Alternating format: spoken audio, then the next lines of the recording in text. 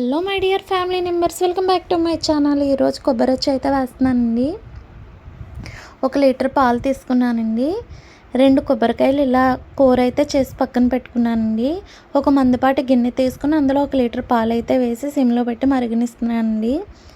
ఈ పాలు కొంచెం మరిగిన తర్వాత కప్పు పంచదార అయితే వేసానండి.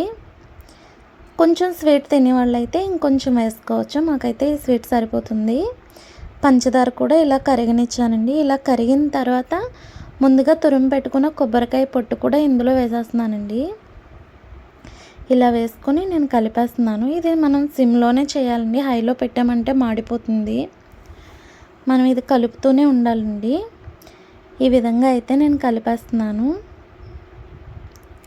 మొత్తం దగ్గరగా అయితే అయిపోతుందండి. చూడండి, ఈ విధంగా దగ్గరగా అయిపోతుంది. ఇలా అయిన తర్వాత ఇంకా ఇదైతే దగ్గర పడాలి, ఇంకా కొంచెం ఎగరాలి. ఇందులో ఇలాచీ పొడి వేసానండి. ఇలాచీ అలాగే 2 మిరియాలు కూడా పొడి చేసి నేను వేసేసాను. ఇందులో కొంచెం బాదం పొడి అయితే వేస్తున్నానండి. కావాలితే వేసుకోవచ్చు, లేదంటే అది ఆప్షన్ అండి. నేనైతే బాగుంటుందని చెప్పి వేసాను. ఒక 2 స్పూన్లు అయితే వేసానండి. 1 స్పూన్ నెయ్యి వేసాను. ఇది కూడా మీ ఆప్షనేనండి. నచ్చితే వేసుకోవచ్చు, లేదా స్కిప్ చేయొచ్చు. నేను ఈ విధంగా అయితే కలిపేస్తున్నాను. ఇది ఇలా బాగా దగ్గరగా అయిపోయిన తర్వాత చూడండి, ఈ విధంగా అయితే దగ్గరగా అయిపోయింది. ఒక ప్లేట్కి నెయ్యి అయితే రాసి ఇలా పక్కన పెట్టుకున్నానండి. ఉడికించి పెట్టుకున్న కొబ్బరికాయ మిశ్రమాన్ని అయితే నేను ఇందులో వేసేస్తున్నానండి.